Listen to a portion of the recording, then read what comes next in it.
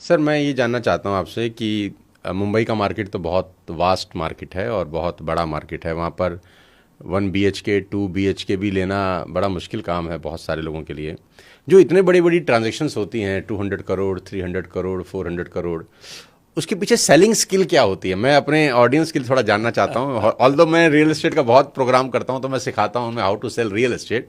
लेकिन आप जैसे दिग्गज से जानना एक अलग बात है, क्योंकि आपने तो जिया है हर चीज़ को, प्रैक्टिकल चीज़ें भी देखी हैं कि क्या चीज़ ऐसी बोली जाती है उसको कि वो आदमी 200 करोड़ का फ्लैट खरीद लेता है जिसमें ना छत अपनी है ना जमीन अपनी है। क्या बिकता क्या है? सिंपल है। या कोई लीडर वहां रहता है, या कोई अमीर सेलिब्रिटी वहां रहता है। तो बॉम्बे में आप देखेंगे मलबार हिल में मुख्यमंत्री रहते हैं, अंबानी साहब रहते हैं, रुइया साहब रहते हैं, गोदरेज साहब रहते हैं। ये एरिया में कोई भी मकान हो तो उसकी एक कॉलर ऊंचे करने की, हमारे पड़ोसी अंबानी साहब हैं। बांद्रा जुहू देखिए, अमिताभ बच्चन साहब रहते हैं। बांद्रा में देखिए शाहरुख खान साहब देते हैं। ऐसे अलग अलग जो एरियाज में जो अच्छे लोग रहते हैं, जो नामचीन लोग रहते हैं, तो एरिया का नाम बन जाता है। और उसमें और भी जितने आसपास में फैसिलिटीज़ बने हुए हैं वो भी टॉप क्लास के होते हैं। तो वहाँ क्लब्स भी होते हैं, डाइनिंग एरियाज भी होते हैं, अच्छे रेस्टोरेंट्स भी बन जाते हैं। तो ओवरऑल जो माहौल होता है वो रिच एंड फेमस का होता है। तो इसका एक हेल्प करता है, ये हेल्प करता है कि इसको आउटस्टैंडिंग बन जाते हैं। तो जितने भी लोग आते हैं ना, अभी कोई नागपुर से आया या कोई भी फरीदाबाद से या कहाँ से भी आया, वो मुंबई आते हैं, उसने डगला पैसा बना दिया है।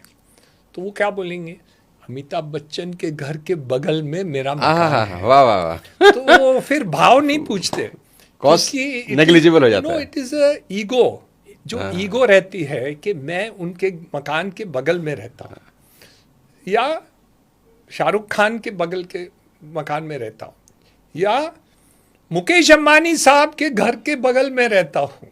तो वो एक एड्रेस बन जाता है। उसके चक्कर में भी सामान बिकता है। इसमें चक्कर नहीं रहता, ये एक ईगो है। ये यहाँ नहीं है, हर जगह। दुबई में भी ऐसे ही है। मेरे बेटे ने 23 मरीना बनाया, वो second tallest residential tower in the world है। तो उनके भी नाम चिन्ह है। लोग मुझे आके मिलते हैं, मैं 23 मरीना में रहता हूँ या बुर्ज खलीफा के सामने रहता हूँ। तो वो एक पोजीशन है। लंदन की बात करिए, I am staying at height park.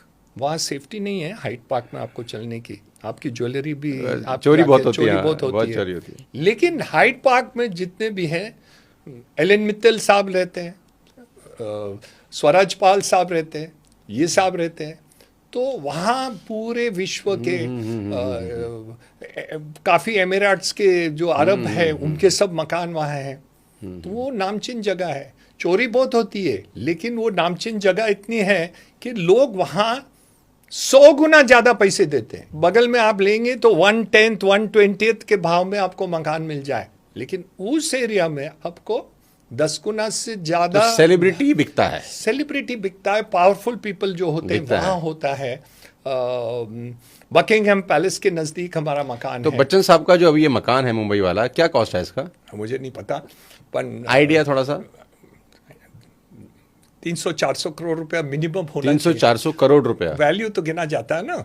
वो तो खरीदा था 30 साल पहले बच्चन साहब लेकिन ने। हाँ, तो टोटल एरिया कितना है वो जहाँ वो रहते हैं? नो आइडिया, एग्जैक्टली नहीं है। मैंने सोचा वो भी बहुत बढ़िया इन्वेस्टर हैं, बहुत इन्वेस्ट करते हैं। वो तो काफी इन्वेस्टमेंट कर, वो सब बॉलीवुड पूरे सब बहुत बड़े इन्वेस्टर्स हैं। तो आपकी नजर में कौन सबसे अक्षय कुमार जी करते हैं, शाहरुख खान साहब करते हैं, एक्ट्रेसेस कितना करते हैं, सब इन्वेस्टमेंट करते हैं। तो ये कमर्शियल्स में इन्वेस्ट करते हैं या रेजिडेंशियल्स में?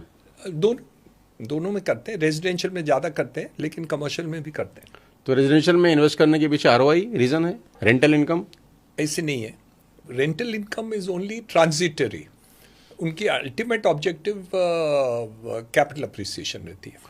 ओके। लेकिन रिटर्न्स मांगते हैं, लेकिन रिटर्न्स जो हिसाब से पॉश एरिया में जाते हैं वो 3-4% से ज़्यादा कभी Maximum. नहीं मिलता है रेजिडेंशियल में। कमर्शियल में 6-7% मिलता है। लेकिन ज़्यादातर वो लोग Appreciation. कंबाइन क्या करते हैं कि कैपिटल अप्रिसिएशन गिनते हैं तो उनको 12, 14, 16, 18% मिल जाता है, पर साल। उनके लॉन्ग टर्म इन्वेस्टर्स हैं। शॉर्ट टर्म इन्वेस्टमेंट में नहीं मिलता, लेकिन लॉन्ग टर्म इन्वेस्टमेंट में डबल पैसे भी हो जाते हैं 5 साल में। मेरे कुछ रिसोर्सेज ने मुझे बताया मुंबई के अंदर कि दो लोग हैं कि अक्षय कुमार और एक अजय देवगन। तो जो देवगन साहब हैं वो कमर्शियल प्रॉपर्टी में बहुत इन्वेस्ट करते हैं और जो ये अक्षय कुमार साहब हैं ये रेजिडेंशियल प्रॉपर्टी में बहुत इन्वेस्ट करते हैं। क्या ये ठीक है? नहीं, मुझे नहीं पता, पर मुझे पता है कि अक्षय कुमार जी रेजिडेंशियल में काफ़ी इन्वेस्टमेंट किए हैं, कि वो पेपर में भी काफ़ी आ गया है। लेकिन मुझे डिटेल उनका पता नहीं है कि वो क्या करते हैं। शायद कमर्शियल में भी करते होंगे देवगन साहब का, मुझे पता नहीं है। लेकिन पूरे जितने भी लोग मुंबई में हैं जो कैपिटल मार्केट्स में भी इन्वेस्ट करते हैं, इस सब सेगमेंट्स में, रियल एस्टेट में भी काफ़ी उनका इन्वेस्टमेंट्स हैं, रहता है। रहता ही है। तो बेस्ट आपकी नज़र में मुंबई में कौन सा एरिया है